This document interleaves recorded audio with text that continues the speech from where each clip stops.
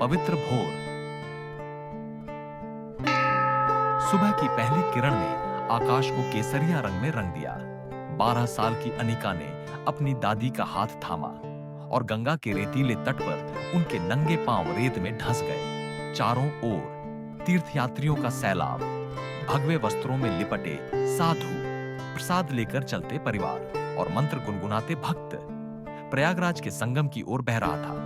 कुंभ मेला शुरू हो चुका था। पास रहना बेटा, दादी ने शंखों और भजनों के कोलाहल के बीच स्थिर आवाज में कहा। अनिका का दिल धड़क रहा था। उसने जीवन भर इस पल की कहानियां सुनी थी। ग्रहों का शुभ संयोग, वह पवित्र डुबकी जो जन्मों के पाप धो देती है।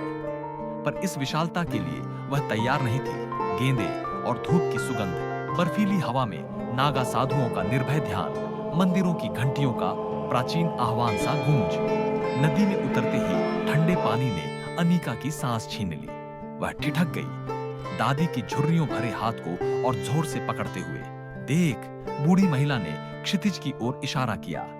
पुजारियों का समवेत स्वर हर गंगे गूंजा, जैसे सूरज की किरणों ने पानी को सोने की तरह चमका दिया। हजारों हाथ प्रार्थना में उठे। अनिका ने आंखें बंद की, दादी के मंत्रों की नकल करते हुए। फिर समय ने जैसे सांस रोक ली। डुबकी। नदी ने उसे अपनी गोद में लेते ही ठंड एक अजीब गर्माहट में बदल गई, मानो धारा में हजारों जन्मों की फुसफुसाहटें बह रही हों। वह सतह पर आई, हांफती हुई, और दादी की आंखों में आंसू देखे। तुमने अनंत को छू लिया, बूढ़ी महिला ने अनिका का चेहरा सहलाते हुए कहा। बाद में मोटे शाल में लिपटी अनिका ने मिट्टी के कप से चाय की चुस्की ली और साधुओं को आशीर्वाद बांटते, बच्चों को आवारा कुत्तों के पीछे भागते देखा।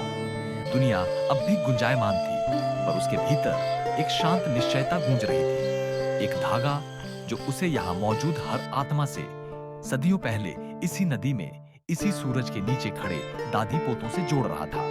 कुंभ कोई तीर्थ यात्रा नहीं, बल्कि आस्था का वह दर्पण था जहां दिव्यता सिर्फ पवित्र जल में नहीं, बल्कि करोड़ों की साझी धड़कन में बसती है।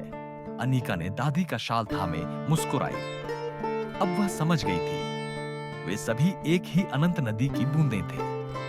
कुंभ मेला एक वास्तविक हिंदू त्योहार है। यह कहानी एक बच्ची के नजरिए से इसके अनुभव को काल्पनिक रूप दर्शाती है।